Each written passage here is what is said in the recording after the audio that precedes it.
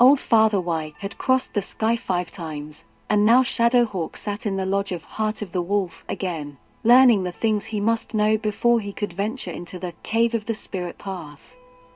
You must not eat or drink for 1 full day before you enter the sacred cave. Heart of the Wolf said quietly. You must not wear coup feathers in your hair, nor adorn yourself with enemy scalps. You must not carry any weapons, nor should you wear the claws of Matahota. One must be humble to enter the realm of spirits.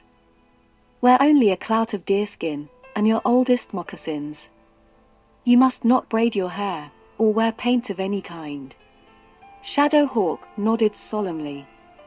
When you enter the cave, you must offer sacred pollen to the 4 directions, then to the Great Spirit, and then to our Mother, the Earth.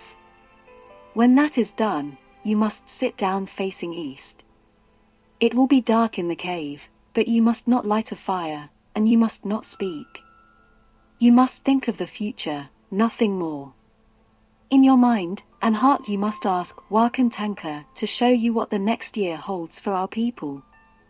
Perhaps the Great Spirit will not reveal the future to me. Shadowhawk remarked.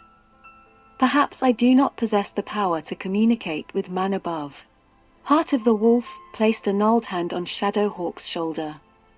You will not be in the cave alone. My prayers will join with yours. My spirit will be there beside you. When? Shadowhawk asked.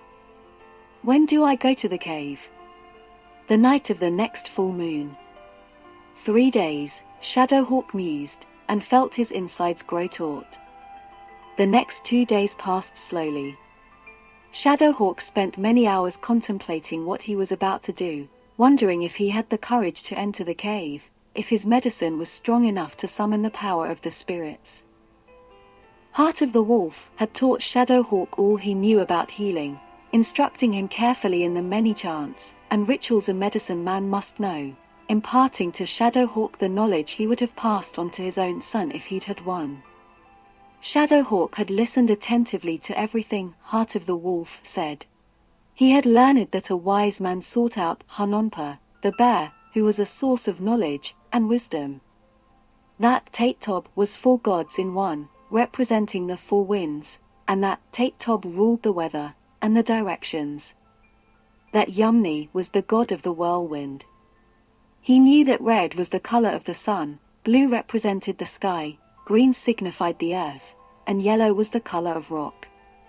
A red forked zigzag was the sign of Wakinian, the thunderbird. Sage smoke could drive away certain evil forces. A buffalo skull contained the power of Tatanka. Shadowhawk had learned well. He had passed all the tests required of him, and now he faced the biggest test of all. His courage and his confidence had always been strong. He prayed fervently that they would not fail him now. The evening before the chosen time, he went down to the river to be alone. A chill wind blew down out of the mountains, whispering to the cottonwood trees, sighing as it danced over the tall grass. Shadowhawk took a deep breath. He refused to admit he might be afraid to enter the sacred cavern, that the calling of a holy man might not be his. He squared his shoulders and shook off his doubts. If Heart of the Wolf could travel the spirit path and return unharmed, so could he. Shadowhawk smiled faintly as he recalled years past, remembering how awed he had been at the old medicine man's unerring predictions of the future. Heart of the Wolf had always known when it was time to move the village, where to find the buffalo, how to avoid the white men who ventured into their country. Shadowhawk had marveled at the old man's powers, but now he knew where those powers had come from. Now he knew that the Cave of the Spirit Path was more than just a legend. And tomorrow night he would enter the cave and learn its secrets. Shadowhawk shivered as a gust of wind embraced him, whispering in his ear that once he crossed the threshold of the sacred cave he would never be the same again. Standing there, gazing at the starlit sky, he saw a great black hawk soaring overhead. Closing his eyes, he willed his spirit to join with that of the hawk, and he felt himself soaring upward, felt the power and wisdom and patience of the hawk flow through his soul, and he knew that no matter what happened at the cave, his medicine spirit was still with him, still strong. Gradually, the spirit of the hawk faded, leaving him feeling refreshed and at peace.